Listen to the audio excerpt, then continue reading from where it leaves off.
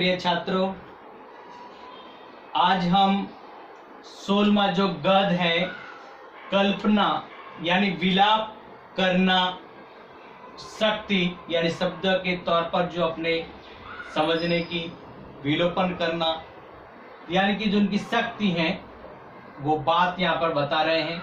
इनके लेखक हैं बालकृष्ण भट्ट। उनका जन्म 1884 में और निधन 1914 में उनका निधन हुआ है। और इस गद्य में जो बात बताए तो इसमें मानसिक यानी मन में होने वाला,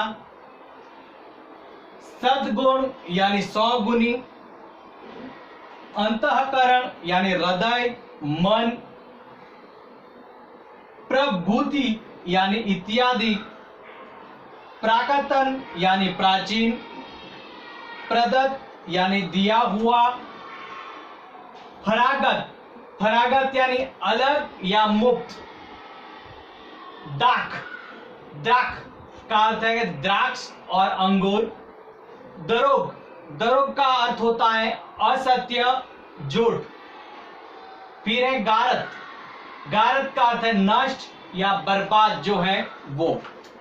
तो यहां पर जो कल्पना शक्ति की बात बताओ तो इस पाठ में मनुष्य की ऐसी अद्भुत जो शक्ति का जो महत्व के बारे में बताया गया है लेखक ने। जो पृथ्वी पर पाए जाने वाले सभी जीवित जो प्राणी हैं उनमें से केवल मनुष्य को ही प्राप्त है ऐसी जो कल्पना शक्ति। और ये मनुष्य की जो कल्पना शक्ति है और दूसरे जीवों में नहीं है। ये शक्ति मनुष्य की प्रतिभा की परिचायिका के रूप में मानी जाती है। कवियों और लेखक में कल्पना शक्ति सबसे अधिक होती है और मनुष्य में तो होती है, लेकिन कल्पना शक्ति ज्यादातर कवियों में भी देखी जाती है और लेखक में होती है। सबसे अधिक यानी ज्यादा होती है उनकी जो कल्पना शक्ति है वो। अपनी कल्पनाशीलता के बल पर ही वे अमर काव्य और साहित्य की रचना कर सकते हैं और हमें अच्छे अच्छे ज्ञान, हमें अच्छी अच्छी बात सिखाने का जो कार्य है वो हमेशा कवि और लेखक हमें बताते हैं और सिखाते भी हैं। लेखक के अनुसार कल्पना और शक्ति के साथ साथ अभ्यास का होना भी बहुत जरूरी होता है।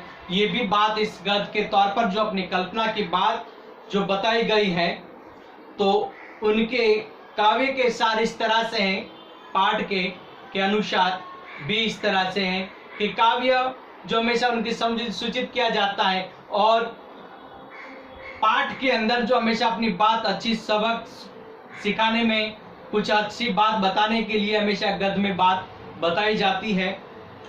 और इसी तरह से इस गद्य के अंदर जो कल्पना शक्ति है तो इस तरह से है कि लेखक अपनी बात इस तरह से बताते हैं कि मनुष्य को अद्भुत जो देन जो दी है ईश्वर ने वो हमेशा कल्पना शक्ति ईश्वर द्वारा मनुष्य को प्रदान की गई है और एक अद्भुत देन मानी जाती है ईश्वर की जो दी हुई वो बहुत ही आदरणीय मानी जाती है।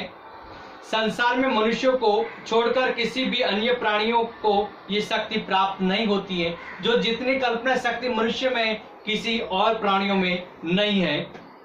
अभ्यास से विकास के तौर पर जो बात बताओ तो कि किसी व्यक्ति में जन्म में कल्पना शक्ति की पहचान की जो तमन्नाएं होती हैं और शक्ति के बीच जो अंकुरित होते हैं वो जन्म से लेकर जैसे जैसे बड़े होते वैसे भी वो हमेशा होती रहती है। कई मनुष्य के अंदर बचपन में ही ऐसी शक्ति होती है और उम्र बढ़ने के साथ इनका विकास होता रहता है। जैसे जैसे उम्र बढ़ती जाती है उनका विकास भी वैसे बढ़ते ही जाती है उनकी कल्पना की।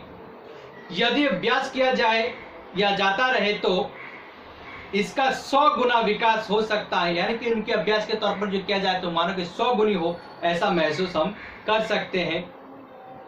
कवि और लेखक इसके प्रत्येक प्रमाण माने जाते हैं। यानी यहाँ पे लेखक और कवि दोनों की यहाँ पे बात बताई गई। हमारे जीता जो है ये उदाहरण ये बताए हैं कि कल्पना की बात बताए तो कवि सबसे आदरणीय माना जाता है। लेखक भी हमेशा साहित्य के तौर पर वो हमेशा उनका प्रत्यक्ष प्रणाम हमारे समक्ष है।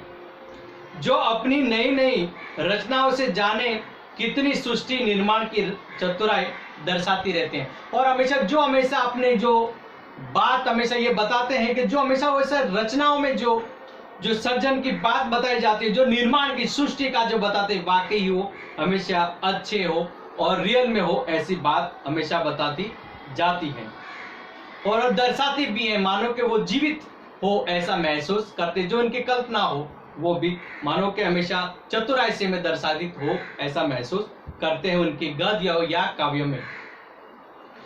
कल्पना शक्ति कल्पना करने वाले के हृदय के अंदर ही भावनाओं को प्रकट करने की कसौटी होती है और हमेशा कल्पना हमेशा हृदय में बसी होती है और जो हृदय में है वो हमेशा बाहर निकालने की जो है, वो लेखक अपनी बात हमेशा कल्पना करने की जो शक्ति हृदय में से होती है और बाहर निकलने की कोशिश करते हैं और हमेशा उनकी भावना भी है हृदय में, वो भी बाहर निकालने की एक कसौटी हो ऐसा महसूस करते हैं। शांत या वीर प्रकृति वाले कवि अपनी प्रकृति के अनुसार ही रचनाएं करेंगे और जो हमेशा प्रकृति की बात बताए, जैसी प्रकृति है वैसा ही वर्णन कवि करते हैं अपनी काव्यों में। उनमें श्रृंगार रस हो प्रधान कल्पना कभी नहीं बन पड़ेगी, यानी कि उनकी जो श्रृंगार का जो रस है वो हमेशा कवि अपने काव्य के तौर पर हमेशा बखूबी वर्णन किया करते हैं श्रृंगार रस का।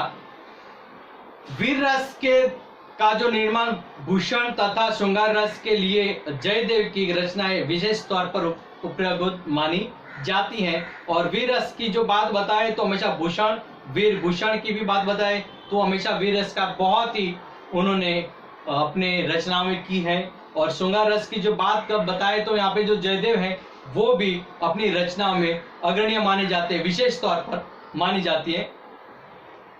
और कल्पना का जो आर पार नहीं, यानी कि अनेक ऐसे महान विचारक हैं जिनकी कल्पना का आर पार नहीं हुई है, यानी जैसे उसने कल्पना की है वैसे ही वैसी उनकी रचना में देखी थी, यानी जो बताई थी वही हमारे समक्ष प्रस्तुत होती है उनकी कल्पना। मानो के गौतम मुनि यानी गौतम, फिर कपिल मुनि, व्यास मुनि, रेखा गणित के प्रतीक, यूरोप के वैज्ञानिकों आदि की कल्पना का और शोर नहीं था, यानी जितने हमेशा जो कल्पना की थी, चाहे वैज्ञानिक हो या चाहे जो यूरोप के जो भी यहाँ पे बात बताई मैंने, रेखा गणित हो या व्यास मुनि हो या कपिल मुनि हो, जितने भी अपनी कल्पना की थी वो हमेशा रियल ही हो ऐसा महसूस करते हैं और उनकी कल्पना का और शोर नहीं था, जैसा है वैसा ही उनको देखे जाती थी उनकी कल्पना शक्ति के साथ साथ अभ्यास जरूरी भी होता है। ये भी बात लेखक ने बताई है कि वे कहते हैं कि सिर्फ कल्पना करना ही पर्याप्त नहीं होती है, उनके साथ हमेशा मनुष्यों के साथ साथ हमेशा अभ्यास भी महत्वपूर्ण माना जाता है और जैसे भी आप कल्पना करते रहते हो वैसे भी उनके साथ हमेशा अभ्यास भी महत्वपूर्ण माना जाता है। वैसे ही संपूर्ण भारत की कल्पना के पीछे नष्ट हो गए हैं, जैसी एक कल्पना करने के बाद कल्पना के पीछे पूरा भारत देश मानो के नष्ट हो गए हैं। लेकिन कल्पना भी करो, लेकिन उसके प्रति अभ्यास भी करो और मेहनत भी करो, तो ही आप साकार बनोगे, तो ही सफल आप बनोगे। और अभ्यास बहुत ही महत्वपूर्ण है, कल्पना करने से नहीं, लेकिन उनके पास अभ्यास और मेहनत भी करना बहुत ही महत्वपूर्ण माना जाता है। जहां कल्पना के अलावा करके योग्य यानी प्रैक्टिकल कुछ रहा ही नहीं है और उसके साथ हमेशा प्रैक्टिकल के तौर पर भी हमेशा माना जाता है। योग्य जो है वही हमेशा अपने तौर पर हमेशा योग्य, जैसी कल्पना हम करते हैं वैसे भी हमें प्रैक्टिकल तौर पर भी हमें करना चाहिए, लेकिन जैसी हम कल्पना करते हैं वैसे मनुष्य कभी करते नहीं है। जैसी कल्पना है वैसा भी आपको करना, आपकी प्रयत्न करना, प्रैक्टिकल करना, वो बात बहुत ही अहम मानी जाती है, तो ही अपना जो कल्पना शक्ति की अहमियत मानी जाएगी।